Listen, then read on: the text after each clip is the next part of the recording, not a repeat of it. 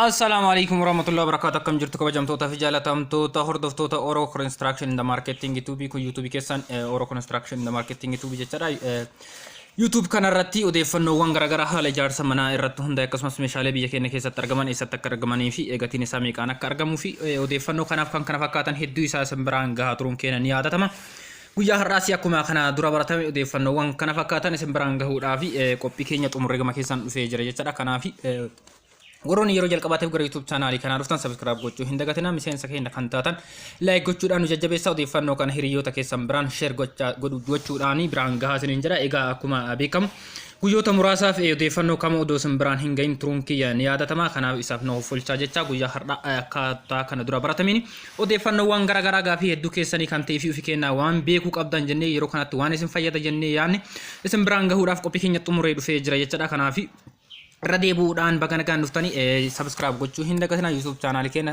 nuuf guddisa. Kanaaf bu'aa bayii hedduu keessaa nu wajjin baatanii sadarkaa kanarraan kan nuuf geettan galatoomaa isiniin jecha. Akkuma beekamu dhiyeenya kana keessa kan torbee lama sadii darban kana keessa meeshaaleen ijaarsa manaa hedduu isaa dabaluun ni yaadatama jechaadha. Kanaaf keessattuyyuu simmintoon biyya keenya keessatti gatiin isaa magaalaawwan hedduu keessatti akkuma guutuu biyyaatitti gatiin isaa hedduu tokko dabalee ijaarsa manaa irratti rakkina guddaa ageessisu isaanii beekama jechaadha. Kanaaf odeeffannoo kanaaf kan kana fakkaata isin biraan gahaa ture jira. odeeffannoo guyyaa har'aa qabadhee dhufetti odoo hin seeniin kanaaf simmintoon gatiin isaa kan kana dura ture irra gatiin isaa bu'uu isaa gamanumaan isin yaadachiisa. Kanaaf kana boodas kana caalaa gadi gatiin isaa akka bu'amu jedhamee labsame waan jiruuf yeroo kanatti fayyadamuudhaan mana keessan warroonni ijaartanii walakkaan geettan kan dhaabdanii fi kan ganaa jalqabdan carraa kanatti fayyadamuudhaan waan isin barbaachisu kamuu xumurtanii kana jala akka darbitan isiniin jecha guyyaa har'aa akkuma jalqaba irratti isiniif kaasuuf yaaletti. Mana keenya ijaarree xumurree sadarkaa seeraamikii galchuu irra yoo geenne seeraamikii mana tokko galchuudhaaf maal nu barbaachisa, akkamitti galchuu dandeenya yookaan immoo akkamitti dalagsiisuu dandeenya, qarshii hammam nu gaafata kan jedhu gaafiisa. Hedduun keessan kana gaafataa turtan guyyaa har'aa kallattimaan odeeffannoo waa'ee kana irratti hundaa'e isin biraan gaha jechaadha. Kanaaf mana luukii 40 fi luukii 60 qabadhee isiniif dhufee jira.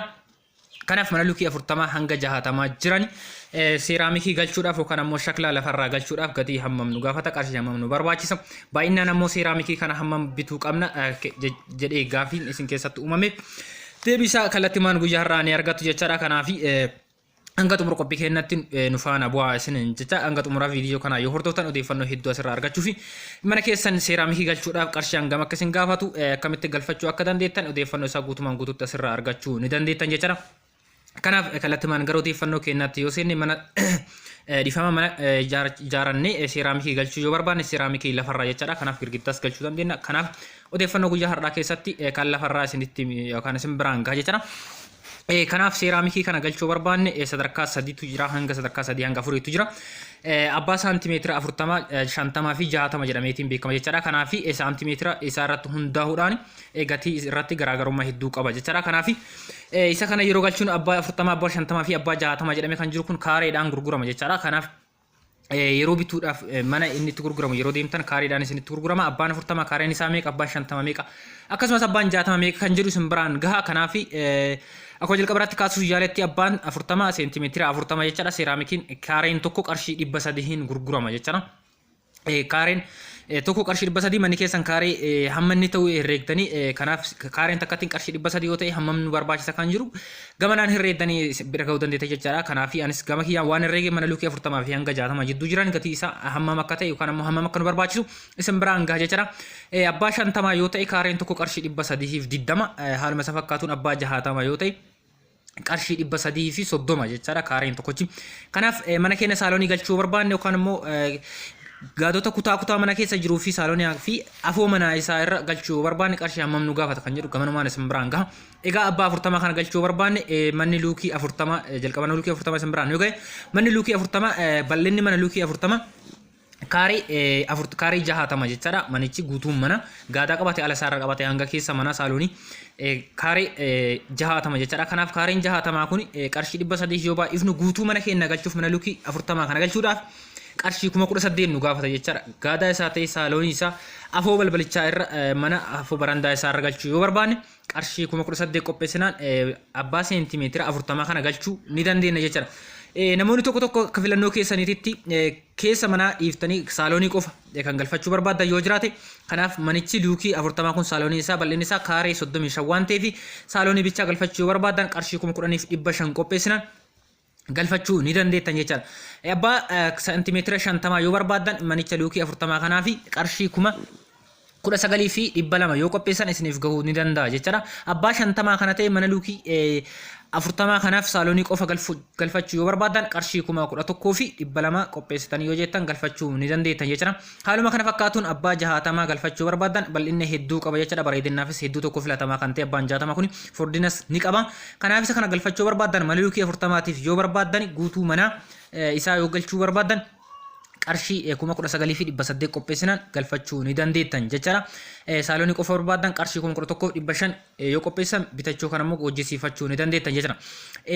Gama biraatti osoo hin ce'ini abbaa seentimeetira 40 kana bituu yoo barbaanne mana keenya luukii 40 fi baay'inaan hammam nu gaafata kan jedhuufi abbaa seentimeetira 40 yoo bittan mana luukii 40 yoo bittan firee 375 guutuu manaatiif saaloonii qabate gaadaa keessaa fi afoo manichaa irra baay'inaan lakkoofsa 375 firee 375 yoo bittan isiniif gahuu ni danda'a jechaadha. Saaloonii qofaaf yoo barbaadan firee 100,219 yoo qopheessan isiniif gahuu ni danda'a. Yookaan ammoo kaaree 35 kanaaf baay'inaan isa 219 binnaan isiniif gahuu ni danda'a jechaadha. Abbaa 50 hin bittan yoo ta'e filannoon keessan abbaa 50 yoo ta'e guutuu manicha kana mana luukii 40 kana dalagsiifachuudhaaf yoo barbaadan baay'inaan isa 240 nu gaafata jechaadha.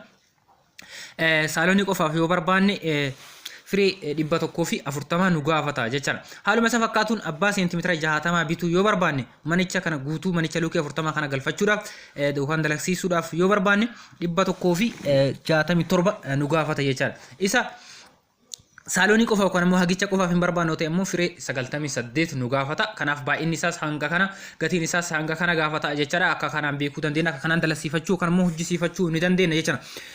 Haaluma kana fakkaatuun mana luukii 40tiif haala kanaan yoo qopheessine baay'inaan hamma kana yoo binnee fi qarshii hammanaa yoo qopheessine gosa kanneen sadiin keessaa akkasini isaa fi gatiin isaa isinii madaalawaa ta'e yookaan ammoo humna keessanii kana keessaa filattanii dalagsiifachuu ni dandeettan jechuudha.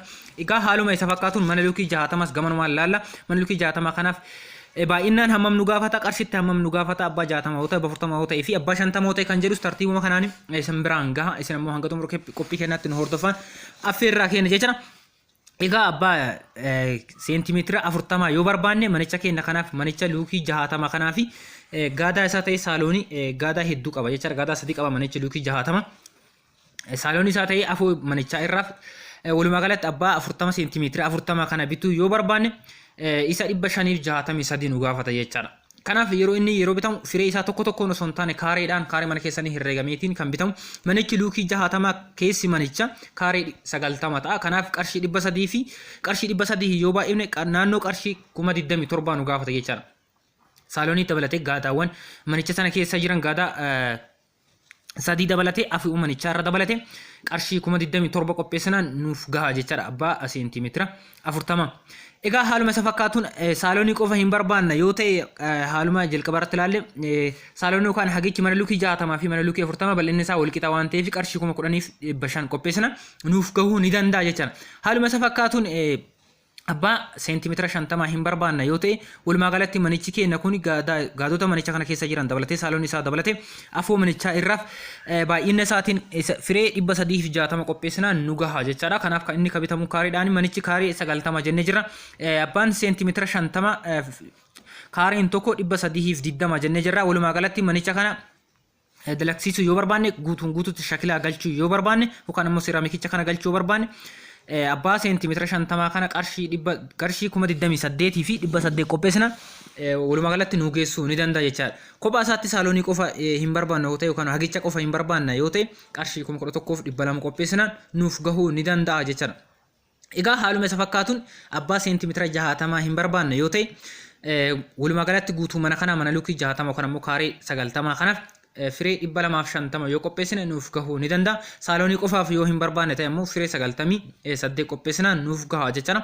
Egaa walumaa galatti gatiin isaa abbaa seentimeetira 60 kana manicha keenya luukii 60 kana ittiin dalagsiisuu barbaanne yoo ta'e walumaa galatti qarshii 29,700 qopheessinaan manicha keenya gaadaawwan manicha keessa jiran saaloonii dabalatee afoo manichaa irra barandaa irra jechaadha. Walumaa galatti kanaaf qarshii 29,700 qopheessinaan nuuf gahuu ni danda'a jechaadha.